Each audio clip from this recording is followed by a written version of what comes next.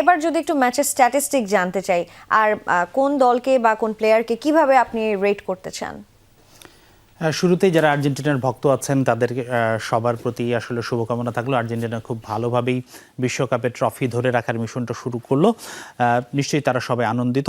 এখন এই ম্যাচে আর্জেন্টিনার পারফরমেন্সটা কেমন ছিল? অবশ্যই আমি বলবো এই পারফরমেন্সটা মেসিময় ছিল। আর্জেন্টিনা খুব ভালো পারফরমেন্স করেছে, কিন্তু কিছু দুর্বলতাও ছিল।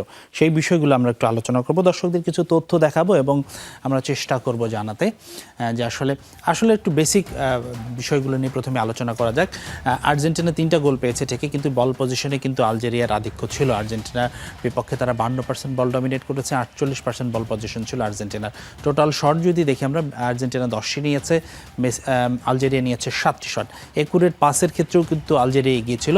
আলজেরিয়া 559টি একুরেট পাস দিয়েছে, আর্জেন্টিনা 504টি একুরেট পাস দিয়েছে। টোটাল ট্যাকেলের ক্ষেত্রে অবশ্যই আর্জেন্টিনার ডিফেন্স বেটার পারফরমেন্স করেছে। তারা 25টি ট্যাকেল করেছে এবং 16টি ট্যাকেল করেছে আলজেরিয়া।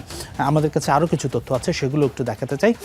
সেগুলোর মাধ্যমে আসলে পারফরমেন্সটা কেমন ছিল আমাদের কাছে। প্লেয়ার রেটিংটা যদি আমরা দেখাই যে এই ম্যাচ শেষে দর্শক প্লেয়ার রেটিং কারা কীভাবে করলো। আমি যদি আর্জেন্টিনার শুরুতেই আসি, লিওনেল মেসি 10-এ 10 পেয়েছেন, টপ স্কোরার। এবং আমি যদি এরপরে দেখি ডিপল দুর্দান্ত পারফরমেন্স করেছেন। মেসির অ্যাসিস্টগুলোতে তার গুরুত্বপূর্ণ ভূমিকা ছিল। এনজো ফার্নান্দেস, আমি গতকালকে প্রিভিউতেও বলেছিলাম এনজো খুব ভাইটাল রোল প্লে করবে। এবং যথারীতি 3 ডিফেন্ডার আমি যদি বলি, ফাকিন্দো মেন্ডিস, লাউথারো মার্টিনেজ এবং ক্রিশ্চিয়ান রোমেরো খুব ভালো পারফরমেন্স করেছেন। তবে মন্ট্রিয়াল ইনজুরি থেকে ফিরেছেন, অতটা মেলে ধরতে পারেনি। কিন্তু কনসার্নের যেই জায়গাটা, লাউথারো মার্টিনেজের পারফরমেন্স একেবারে ভালো হয়নি। তিনি 6.4 রেটিং পেয়েছেন। সেই সাথে থিয়াগো আলমাডা, যেমন আমি প্রতিবেদনে বলেছিলাম, তিনিও ভালো করেননি। এবং সেই স্পেসটা কিন্তু আলজেরিয়া ব্যবহার করেছে বারবার। এবং ম্যাকালিস্টার আসলে তিনিও ভালোভাবে পারফর্ম করেনি, তার মৌসুমটা ভালো ছিল না। আরেকটি তথ্য আছে আমাদেরকে, আমি সেটা দেখিয়ে আসলে পারফরমেন্সটা প্রমাণ করতে চাইবো যে যেই জায়গাটা একটু কিছুটা কনসার্ন আছে বা পরের ম্যাচগুলোতে ইমপ্রুভ করার জায়গা আছে।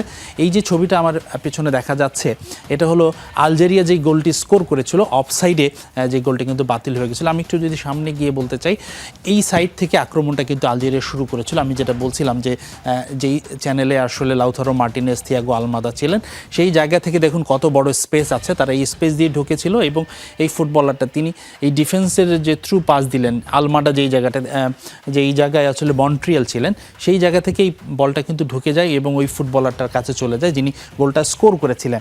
তো আমার বলার বিষয় যেটা ছিল আলোচনার, যে এই জায়গাটাতে ইমপ্রুভ করার জায়গা আছে, বিশেষ করে আর্জেন্টিনার লেফট সাইড এবং রাইট ডিফেন্স জায়গাটাতে আমার মনে হয় ইমপ্রুভ করার প্রয়োজন আছে। যদিও বিরতির পর মলিনা নেমেছিলেন বা তারপর তিনি ভালোই পারফরমেন্স করেছিলেন। এই 2 ডিফেন্ডারে ইনজুড, আশা করব যে পরবর্তী ম্যাচগুলোতে তারা এই জায়গাটাতে ইমপ্রুভ করবে। ওভারঅল আমি বলবো যে মেসি, ডিপলদের এবং এনজো, এই 3 জনই স্টার পারফর্মার ছিলেন। সেই সাথে ডিফেন্ডাররাও ভালো করেছেন, তবে তাদের খুব একটা বেশি কঠিন পরীক্ষা দিতে হয়নি। তবে সব কিছু মিলে আর্জেন্টিনার পারফরমেন্স খুবই সন্তোষজনক বলাই যায়। একদম টপ নচ পারফরমেন্সই ছিল, আমরা সবাই এটা বলতে পারি।